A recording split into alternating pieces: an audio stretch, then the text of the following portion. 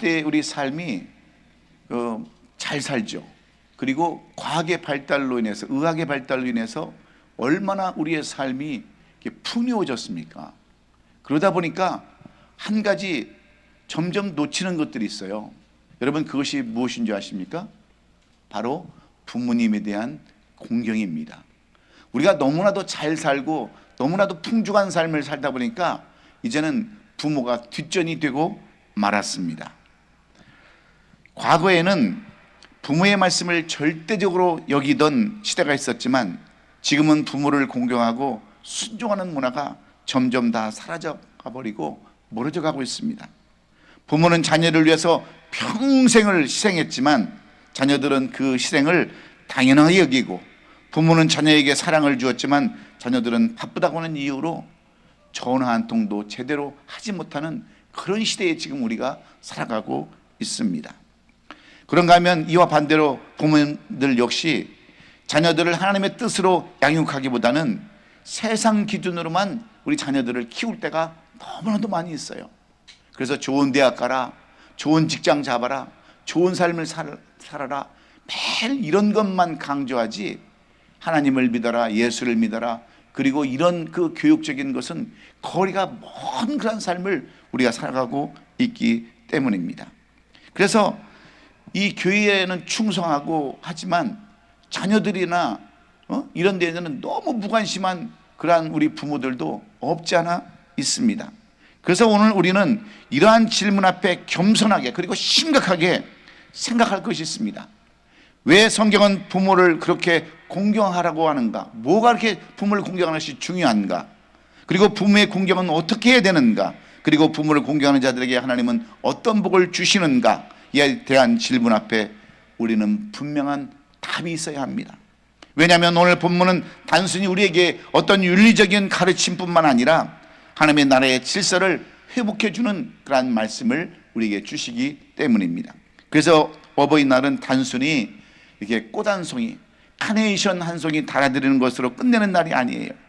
하나님 앞에서 우리의 신앙과 양심을 뒤돌아보는 그러한 날로 받아들임으로 말미암아 오늘 이 말씀을 통해서 하나님께서 기뻐하시는 우리 모든 성도님들, 가정들이 다 될 수 있기를 먼저 예수 그리스도의 이름으로 축원합니다.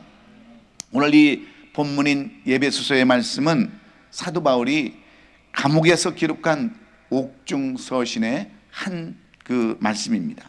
바울은 이 에베소 교회와 성도들에게 복음의 능력과 교회의 정체성을 설명하면서 특별히 가정과 교회의 질서를 매우 중요하게 이렇게 다루고 있습니다.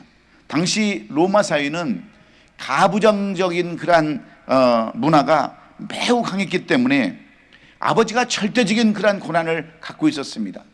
아버지가 죽으라면 죽는 시중까지 했었던 그러한 강압적인 삶이었기 때문에 자녀들은 여기에 대한 반발이 굉장히 많았어요. 그래서 많은 가정 안에는 갈등이 있었고 교회 안에도 많은 갈등이 있었습니다. 그런 상황 속에서 바울은 복음 안에서 새로운 가정과 교회의 질서를 제시해주고 있는 말씀이 오늘 이 본문의 말씀이에요. 그래서 바울은 자녀는 부모를 공경해야 한다. 부모는 자녀를 함부로 대하지 말아야 한다. 모든 관계의 중심에는 예수 그리스도가 있어야 한다고 교훈하면서 특별히 바울은 부모의 공경은 단순히 도덕이 아니라 약속이 있는 첫 계명이라고 이렇게 교훈하고 있습니다. 왜냐하면 하나님께서는 가정을 통해서 또 교회를 통해서 믿음을 이어가시고 가정을 통해서 교회를 통해서 사랑을 배우게 하시며 가정과 교회를 통해서 하나님의 성품을 경험하게 하시기 때문입니다. 뿐만 아니라 출애굽기 20장의 말씀을 자세히 살펴보면 어떤 말씀들이 써 있습니까? 앞에 4계명은 바로 하나님과의 관계에서의 계명을 기록해 놨어요. 그리고 5번째부터 6개 계명, 10번째 그 계명은요, 뭘 써놨습니까?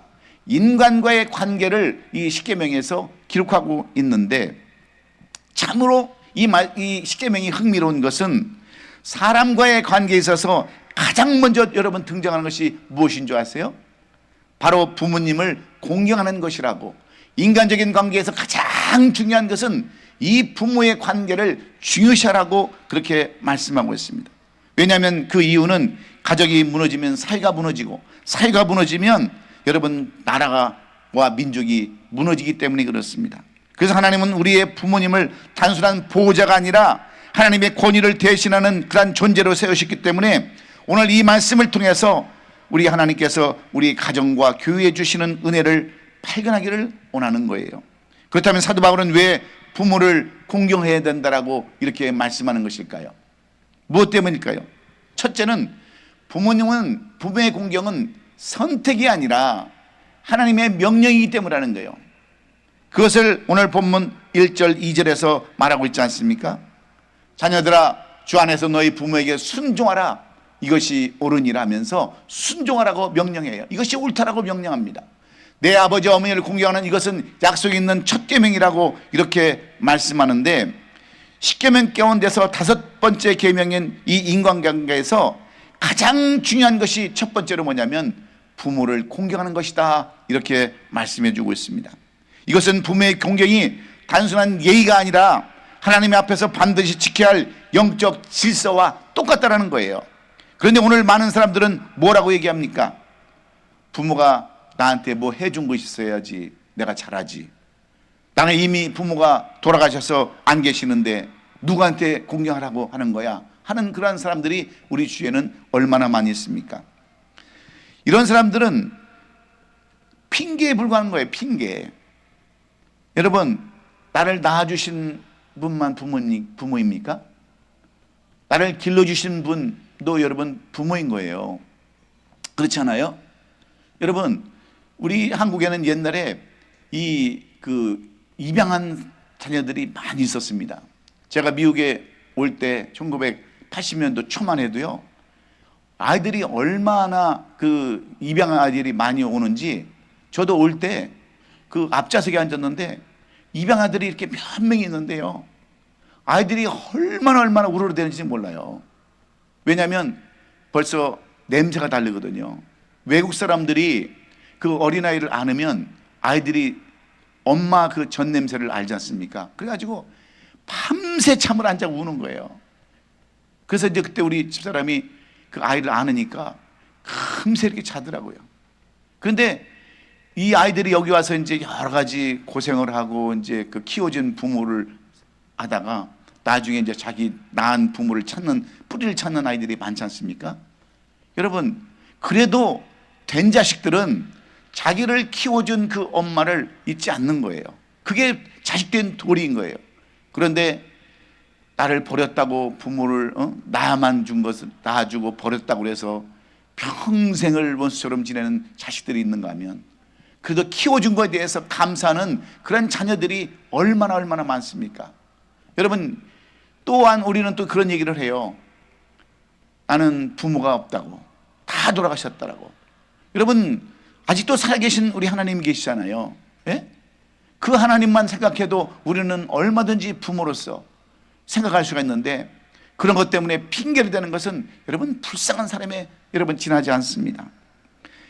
그래서 부모를 공경한다는 것은 선택이 아니라는 겁니다. 기분이 좋을 때만 하는 것이 아니라 여러분 항상 하나님께서 명령하신 계명이라는 것을 우리가 잊지 말아야 돼요. 이것을 성경은 계속해서 공경하라고 말씀하시는데, 여기서 공경이라고 하는 말은요, 그저 인사하는 정도가 아니라 최선을 다해서 부모의 필요를 채워주고 부모를 외롭지 않게 하고 마음을 아프지 않게 하는 것, 이것이 바로 공경이라는 그런 의미예요. 여러분, 이것은 하나님께 대한 우리의 마음도 똑같은 거예요. 우리 하나님의 마음을 아프지 않게 하고 하나님이 무엇이 필요하고 하나님이 무엇을 요구하시는가를 알아야 여러분 우리가 공경할 수 있는 거 아닙니까? 그런데 우리는 무조건 핑계만 대는 거예요. 하나님이 뭐 돌아가셨나? 하나님 돌아가셨어요? 여러분, 그리고 우리 부모는, 우리 나를 낳아주신 부모는 안 계시지만 우리가 효도할 하나님이 있지 않습니까? 그래서 그 부모를 기억하고 또 아직까지 우리 곁에 있는 하나님 앞에 우리가 오늘도 최선을 다해서 우리가 공경하고 효도해야 그것이 마땅한 일이라고 하나님께서는 우리에게 말씀해 주고 있습니다. 그러므로 하나님이 세워주신 존재이기 때문에, 우리가 하나님의 명령으로 말씀하셨기 때문에 우리가 이것을 꼭 해야 된다고 하는 것을 여러분 잊지 않는 저와 여러분이 되시기를 주의 이름으로 축원합니다. 두 번째는 이 부모의 공경에는 반드시 기회가 있기 때문이라는 거예요. 기회가. 여러분, 기회를 놓치면 다 쓸데없다고 하는 거예요.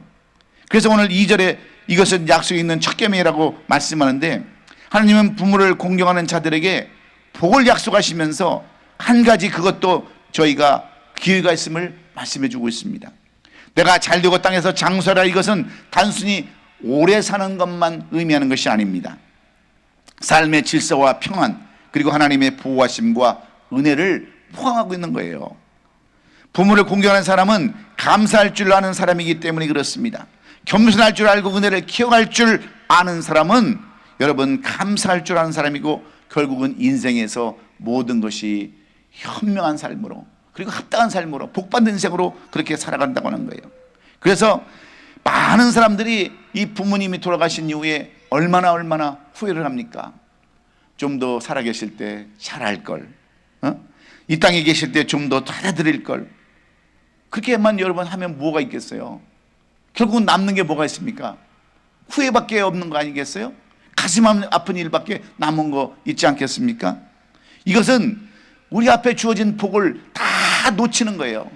우리 하나님께서는 이 부모를 만들어 놓고, 때로는 여러분 얼마나 마음을 아프게 할 때, 부모가 우리를 아프게 할 때도 있습니까? 그런 사람 많이 있습니다. 부모가 자식을 얼마나 힘들게 하고 얼마만큼 잘못하는 그런 부모도 있어요. 왜 그런 사람들을, 왜 부모를 붙여주셨을 거예요? 그럼에도 불구하고 하나님께서는 이런 부모에게도 잘하면 그것이 화가 바뀌어서 복이 된다라고 말씀하고 있는데, 우리는 계속해서 그런 거 원망만 해요. 부모가 나한테 해준 게 뭐 있어? 남겨진 재산이 뭐 있어?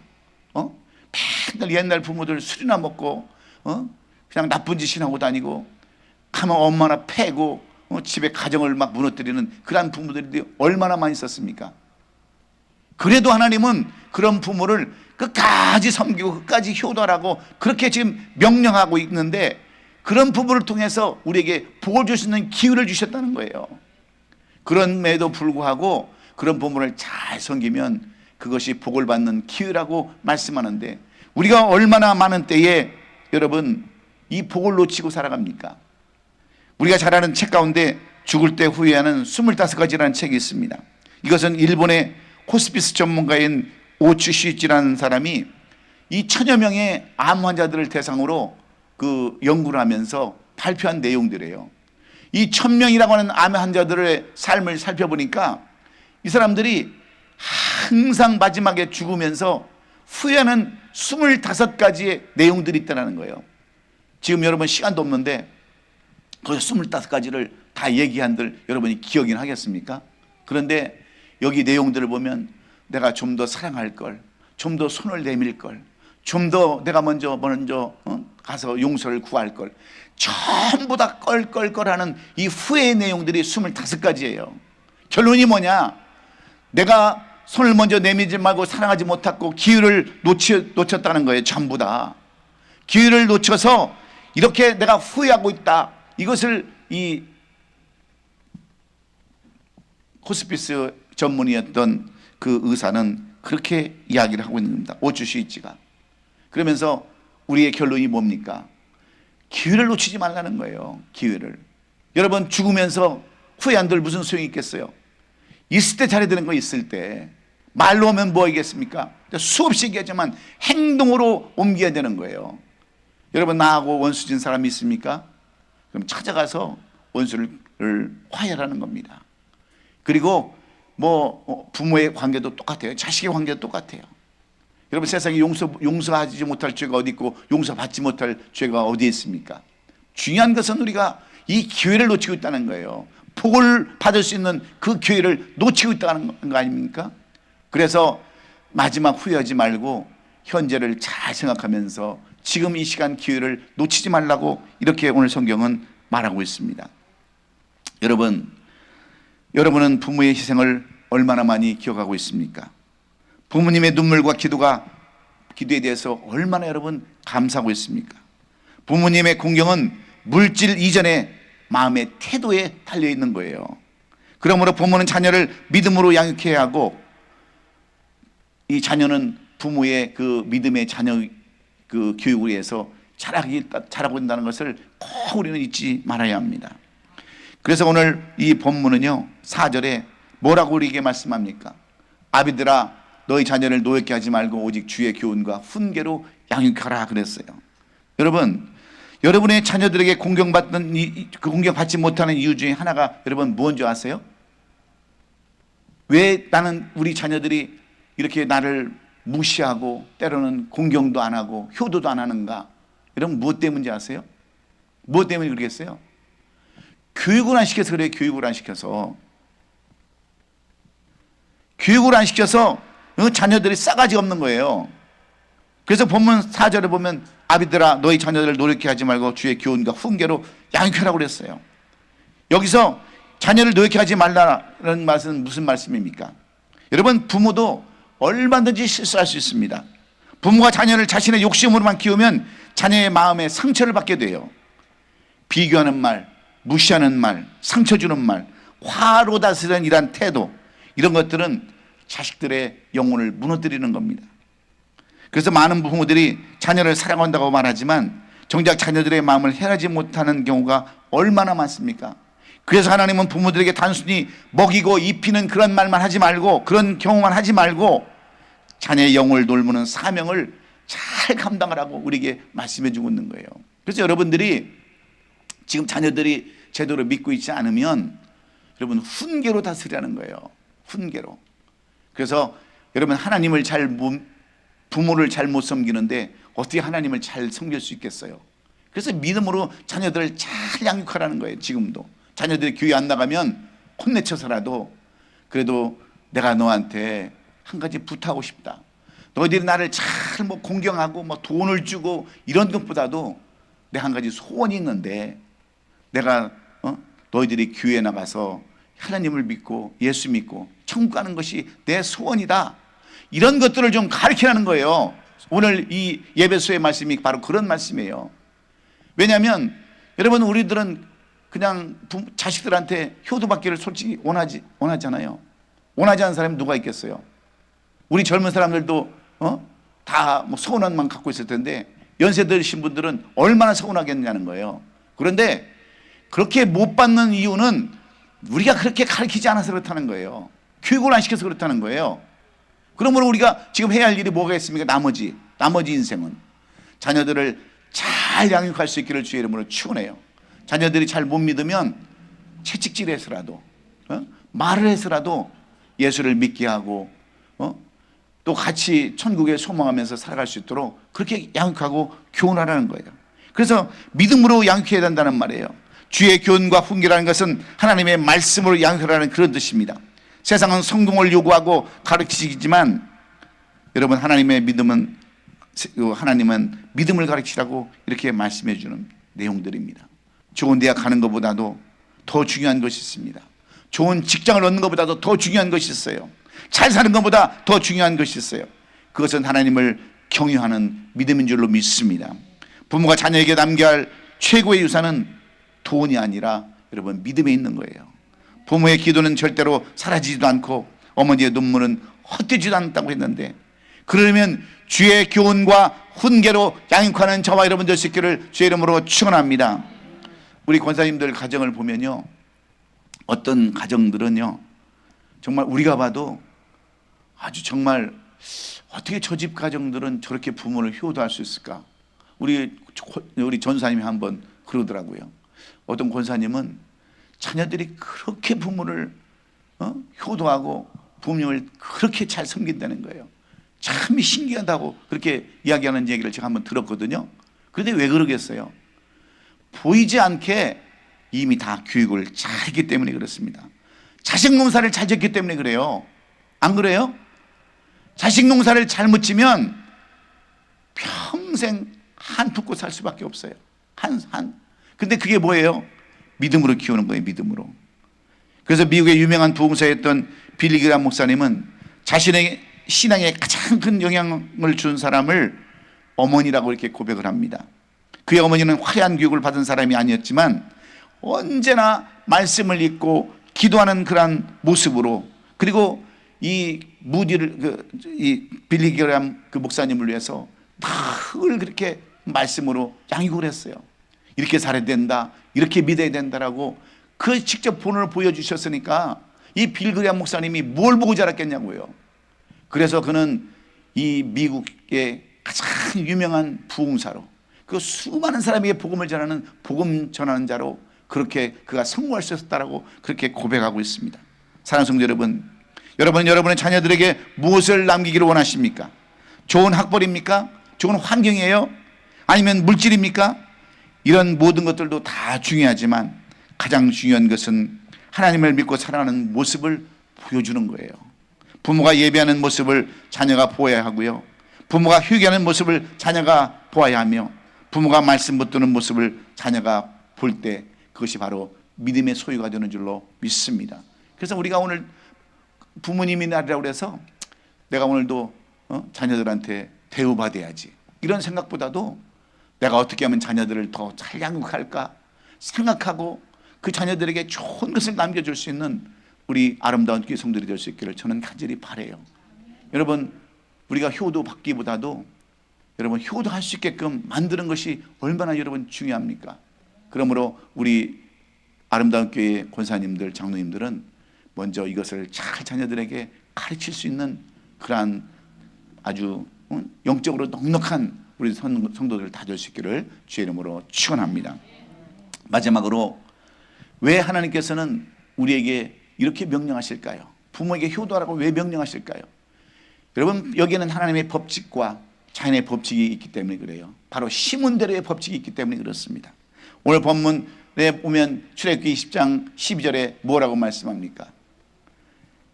네? 뭐라고 말씀해요? 내 부모를 공경하라, 그리하면 내 하나님 여호와가 내게 준 땅에서 내 생명이 길리라 그랬습니다.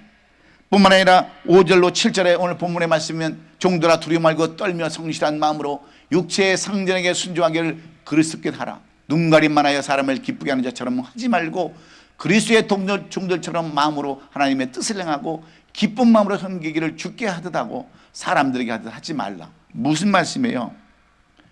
심은 대로 거둔다. 그러니 잘 심고 잘 뿌려라 하는 이 간절한 그 간구의 말씀이 오늘 여기에 기록되어 있습니다. 여러분, 왜 그래요? 사람들이 하나님의 법칙과 자연의 법칙이 그것을 잘 모르기 때문에 그렇습니다. 사람들이 하나님의 법과 이 자연의 법칙을 모르기 때문에 여러분, 이 뿌리는 그 법칙, 심는 법칙을 잘 몰라서 그래요. 우리 그렇지 않습니까? 여러분도 집에서 텃밭 갖고 봤으니까 잘 알겠지만 많이 심으면 많이 나고요, 조금 심으면 쫓겨나요. 그런데 우리는 조금 심고 많이 나오기를 얼마나 여러분 기대합니까? 여러분, 그것이 얼마나 어리석냐고요. 예? 파 쪽, 두 쪽 심어놓고 100쪽을 기다리면 그게 나오겠습니까? 그런데 하나님은 뭐라고 말씀하시냐?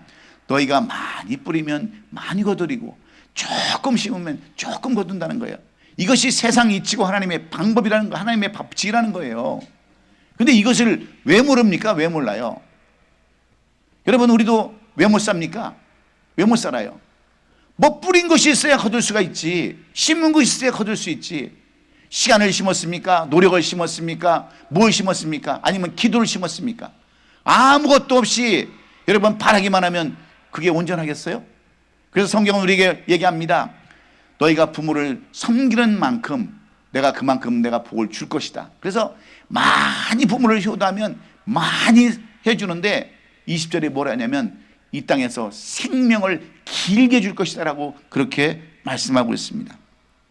이 말씀은 행한 대로 갚아주시다는 약속의 말씀이에요. 그런데도 오늘도 많은 사람들이 이런 원리를 잘 모르기 때문에 여러분 노력을 안 하는 거예요. 노력을. 여기서 내 생명이 길다 한 것은 단순히 우리가 생명을 오래 산다고 하는 그런 의미만 포함하고 있는 것이 아니라 모든 것이 형통하다고 하는 것을 의미해 주고 있는 거예요. 여러분, 오래 살면서 돈 없으면 그 오래 살면서 무슨 복이 있겠어요? 예? 오래 살면서 병이 있으면 무슨 의미가 있겠어요? 여기서 오래 산다고 하는 것은 질병도 없고 물질 어려움도 없고 모든 것이 다 평안하게 해준다, 그런 의미를 포함하고 있는 겁니다. 안 그래요? 여러분, 돈 없이 오래 살아봐야 고통이고요, 병 가지고 오래 살아봐야 다 고통인 거예요. 그런데 하나님께서는 내가 내 부모를 공경하면 내가 하나님 내가 준 땅에서 내 생명의 길이라. 이것은 축복을 의미하고 있는데 건강도 지켜주시고 물질도 허락해 줄 것이며 모든 것이 평강해 줄 것이다라고 이렇게 약속하고 있는 거예요. 여러분, 우리는 그래요. 오래 살려고 얼마나 여러분 운동도 많이 합니까? 아침에 일찍 일어나서 다른 건 못해도 산책은 하잖아요. 그렇지 않아요? 그리고 의사가 먹으라는 약은 다 먹잖아요. 빼지도 않고. 뭐 시간 돼서 우리 111 기도 운동하자 그러면 그 시간은 빼먹어도요, 약 먹는 시간은 다 챙기잖아요. 예? 그러면 오래 삽니까? 약 먹는 거하고 오래 살면 천사를 차려야지. 그렇죠? 뭐 사슴이 넘어져서 뭐 뼈가 부러져 가지고 무슨 꽃을 먹었더니 살아났다고 그래 가지고 그 선전하는 약도 있고, 뭐 뭘 먹으면 눈이 좋아지고 뭘 먹으면 없어지고. 여러분, 그 약 먹으면 1000년은 살아야 될 거 아니에요. 근데 우리가 1000년 삽니까? 60살도 못 사는 사람들이 얼마나 많은지 아세요? 60살도 못 살고 이 세상 떠나는 사람들이 숱하게 많단 말이에요. 그런데 여러분, 오래 살려고 하면 다른 거 필요 없어요. 계시는 부모가 있다면 효도하면 오래 사는 줄로 믿어요. 계시는 부모가 안 계시다면 살아계신 하나님 앞에 효도하면 그것이 오래 사는, 여러분, 신약 있잖아요. 신약, 구약과 신약. 예? 이것만 잘 먹으면 1000년까지 살 수 있어요. 그런데 구약과 신약은 안 먹고 맨날 화학품인 양약만 먹으니까 여러분 오래 못 사는 거예요. 오늘부터 신약 구약을 많이 드시는 저와 여러분 되시기를 주의 이름으로 축원합니다. 그래서 우리가 먼저 하나님 중심이 되는 관계를 회복해야 되는 거예요. 가정은 단순한 공동체가 아닙니다. 이 교회도 단순한 공동체가 아니에요. 하나님이 세우신 거룩한 공동체가 우리의 가정과 교회입니다. 예수님이 중심이 될 때 용서가 되고 대화가 되고 회복이 되고 사랑이 회복되고 눈물이 회복되는 거예요. 신앙이 없는 성공은 여러분 가정을 지키지 못합니다. 그리고 하나님의 중심은 가정 그 어떤 어려움 속에서도 무너지지 않는 거예요. 그리고 우리가 먼저 화해해야 돼요. 화해. 어버이날은 단순히 꽃을 드리는 날이 아니라 마음을 회복하는 그런 날인 줄로 우리는 믿습니다. 어떤 분은 부모님께 상처받았고 어떤 부모는 자녀 때문에 눈물을 흘립니다. 그러나 오늘 하나님은 말씀하세요. 먼저 사랑해라, 먼저 손 내밀어라, 먼저 용서하라고 우리에게 말씀해 주세요. 왜냐하면 예수님께서도 먼저 사랑하셨기 때문입니다. 우리가 잘 아는 인물 가운데 사랑은 행동이다, 100년을 살아보니 하는 수많은 저서를 지어서 남겨서 기네스북에 오른 한국의 최고령 철학자, 그리고 연세대 명예교수이신 김형석 박사님, 올해 나이가 몇 세인 줄 아세요? 106세세요. 1920년 4월생이니까 한국 나이로 치면 107세입니다. 이분이 107세인데도 불구하고 아직까지 강의를 다니세요. 그리고 지금도 그 저서를 쓰고 있어요. 여러분, 이분이 왜 106세, 107세까지 사시면서 아직까지 건강한 모습으로 그렇게 사시는지 여러분 아세요? 그 이유가 뭔지 아세요? 거기에는 여러 가지 이유가 있지만 이분은 철저한 음식, 시간, 규칙 이런 것도 잘 지키지만 이분이 가장 중요시 여기는 것이 뭐냐면 행동 철학인데, 그것은 부모님을 효도하는 것이라고 자기 자서전에 이렇게 써놨어요. 이분 어머님이 그 치매에 걸리셔서 그 병원에 입원하셨을 때 이분은 그렇게 바쁜 중에도 불구하고 한 번도 그 병원을 안 들린 적이 없다는 거예요. 그러면 치매에 걸린 노인이 한 얘기하고 또 하고, 어제 한 얘기 또 하고, 옛날에 있었던 얘기 또 하고. 치매 환자들이 그렇잖아요. 그러면 우리 같으면 어떻게 했습니까? 이 얘기 또 하신다. 일단 징그럽다, 징그러. 한 얘기 또 하고. 치매 환자들이 다 그러는데 이분은 그렇지 않다는 거예요. 어머니 손을 꼭 쥐어드리면서 잡아드리면서 그렇게 얘기했다는 거예요. 어머니, 맞아요. 그래요. 그러면서 그 손을 꼭 쥐어주고 그 얘기를 다 듣고 이렇게 나왔다는 거예요. 그랬더니 자기도 모르게 자기는 지금 107세까지 살고 있다고 그렇게 고백하잖아요. 여러분, 오래 살려면 다른 거 없어요. 우리 하나님, 살아계신 하나님 앞에 충심을 다해서 최선을 다해서 효도하고 그 하나님 앞에 우리가 우리의 마음을 드리는 거예요. 우리가 성경의 말씀을 들어도 얼마나 저 얘기 옛날에 들었는데 또 듣네. 그러면 하나님이 치매 환자십니까? 제가 치매 환자예요.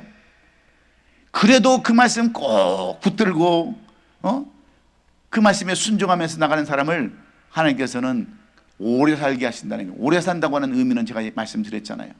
건강, 생명만 길게 하는 것이 아니라 모든 것을 합해서 선을 이루게 하시면서 해주셨다고 하는 것이 하나님께 우리에게 주신 그러한 말씀인 겁니다. 그러므로 오늘 우리는 결단해야 합니다. 내 부모를 공경하라. 주의 교훈으로 자녀를 양육하라. 관계를 회복하라. 그러면 우리는 어떻게 결단해야 되겠습니까? 부모의 공경은 선택이 아니라 하나님의 명령이기 때문에 나는 부모를 더 사랑하고 공경해야 하겠습니다라고 결단해야 되는 거예요. 그래서 오늘 우리는 우리 권사님들은 나이가 많으셔서 부모님한테 뭘 해드리겠어요? 네? 가서 묘를 찾아가서 절을 하겠어요? 뭐 하겠어요? 그러나 우리 하나님의 관계가 있지 않습니까? 오늘도 하나님 앞에 기도하세요. 우리 부모님이 살아계시는 우리 젊은 우리 성도님들은 부모님에게 전화라도 한번 하고 찾아라도 한번 가서 식사라도 한번 대접하고 이런 게 우리가 해야 할 일 아니겠습니까? 결단이 뭐예요? 내가 마음을 결정을 해서 찾아가는 거 아니겠습니까? 행동으로 보여주는 게 결단 아닙니까? 그런데 마음으로만 한다면 아무 소용이 없는 거예요.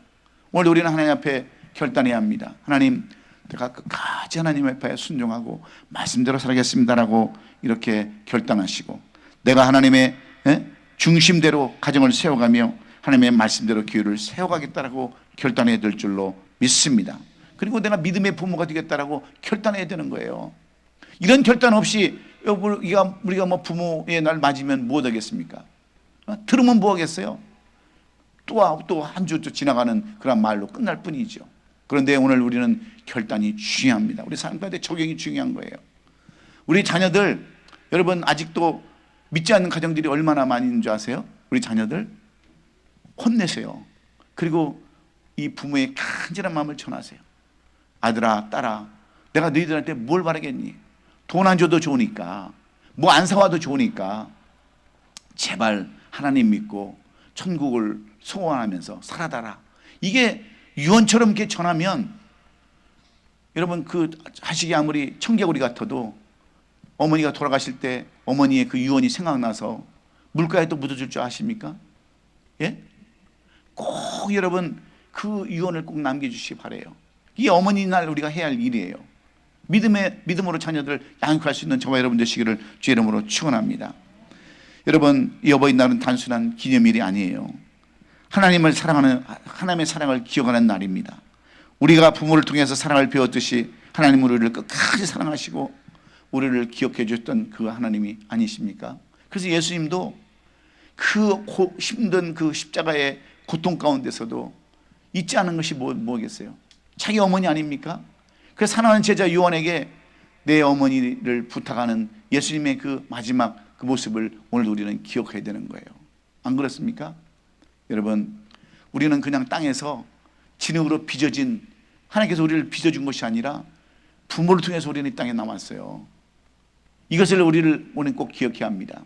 아무리 우리가 부모가 우리를 잘못하게 했어도, 우리를 마음에 상처를 주었어도 하나님은 그런 부모를 통해서도 우리에게 깨닫게 하는 것이 있는데 그런 부모를 잊지 아니하면 하나님께서 반드시 갚아준다고 하는 것이 있다는 거예요.